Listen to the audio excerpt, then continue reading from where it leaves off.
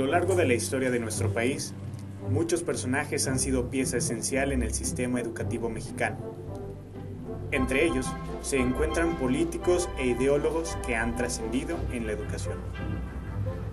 Por ejemplo, Lucas Alamán, Gabino Barreda, Maximiliano de Habsburgo e incluso Porfirio Díaz, entre otros. Además, algunos presidentes que han hecho reformas a las leyes educativas, como lo hizo Peña Nieto recientemente. Por eso, nos dimos a la tarea de enumerar a 5 de los personajes más importantes de la historia de México respecto a la educación. Número 5. Gabino Barreda. Gabino Barreda fue un médico, filósofo y político mexicano. Nació el 19 de febrero de 1820 en Puebla y falleció el 20 de marzo de 1881 en la Ciudad de México. Es conocido por haber sido pionero del positivismo en México. La educación positivista en México contiene la reflexión del autor sobre la importancia que a través de la educación se le brindó a las ciencias naturales y sociales, llegando a adoptarlas como la forma de explicación de nuestro mundo. Barreda distingue 2 tipos de moral en la educación: la científica y la religiosa. En la moral científica se piensa que el hombre maneja a su antojo todas sus acciones, sean buenas o sean malas.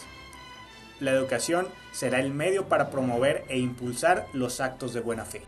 Por otra parte, Barreda piensa que la moral religiosa es egoísta, porque tiene como único objetivo hacer el bien para que Dios, en esta o en la otra vida, te lo recompense. La educación que propone para el siglo XIX será científica y no religiosa.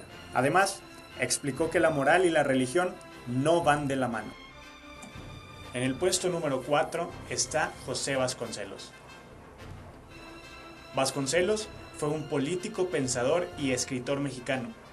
Fue el fundador del Ministerio de Educación en el país, desde el cual desarrolló una fecunda y extraordinaria labor, lo que le mereció el sobrenombre de el Maestro de la Juventud de América. Fue fundador del Colegio Nacional y bajo su dirección se creó la Secretaría de Educación Pública en 1921. Lo primero que hizo fue organizar los departamentos en los que la SEP se dividiría. De esta manera hubo un aumento de escuelas. Se acercó al pueblo a la cultura a través de bibliotecas ambulantes, juveniles y públicas. Y le dio gran importancia al artista, porque estaba en contra del intelectualismo y el teoricismo. Quería integrar una personalidad nacional en la cual se debía integrar poco a poco al indígena. Combatió 2 corrientes nefastas en la pedagogía: la que, inspirada en Rousseau, quita a la enseñanza el carácter de regla impuesta a la conciencia del exterior, y la activista de Dewey, que educa para lo útil. Nombrado en 1920 rector de la Universidad Nacional de México, antes de pasar a ocuparse al año siguiente de la Instrucción Pública de México, José Vasconcelos propuso y fue aceptado el famoso lema que todavía identifica orgullosamente a la UNAM, lema que expresa de manera contundente la absoluta confianza en la raza como portavoz del espíritu. Por mi raza hablará el espíritu. Lugar número 3, Justo Sierra Méndez. Escritor y político mexicano, Justo Sierra es uno de los principales forjadores del México moderno. Lanzó un proyecto que sería aprobado en 1881, donde se hizo a la educación primaria obligatoria. Como educador, promovió el cambio de concepto de instrucción por el de educación, donde al mismo tiempo se empeñó en que el método educativo se enfocara precisamente a enseñar y no a memorizar.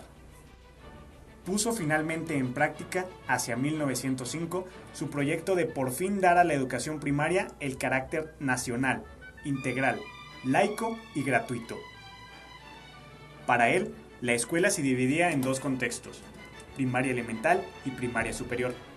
Para ambos, se empeñaba en buscar el desarrollo de las facultades del individuo. Número 2. Felipe Pardinas. Hizo un libro llamado Metodología y Técnicas de Investigación en Ciencias Sociales, en el cual hablaba de que las preguntas que podemos hacer pueden tomar diferentes formas, según el objetivo de nuestro trabajo, ya sea estudio, información, investigación o acción. De esa manera, podemos considerar el problema básicamente como un instrumento de información nueva. El auténtico problema, objeto de la metodología, es el de la investigación, es decir, aquel que pregunta por la variable independiente desconocida de una o varias variables dependientes. El problema que hemos llamado de estudio consiste simplemente en distinguir si la materia o tema de estudio es de carácter informativo o es de carácter explicativo y predictivo. Para este ideólogo, en los niveles superiores, el estudiante debe estar directamente orientado al estudio descriptivo con fines explicativos y predictivos.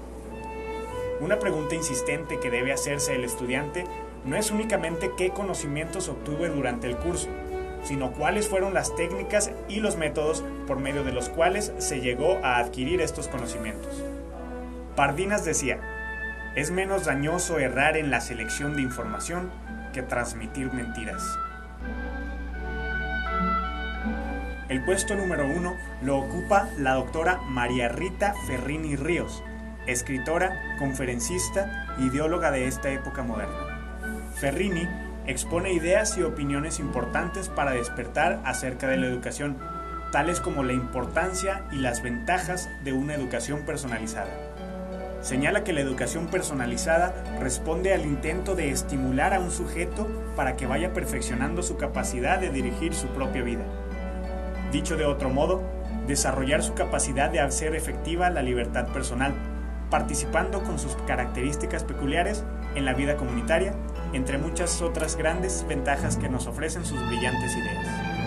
Rita Ferrini se enfocó mucho en indagar propuestas para una educación más personalizada. A nadie se le niega el derecho y la oportunidad de ser más. Las 5 personas que se mencionan en este video han sido de gran importancia para la historia educativa mexicana.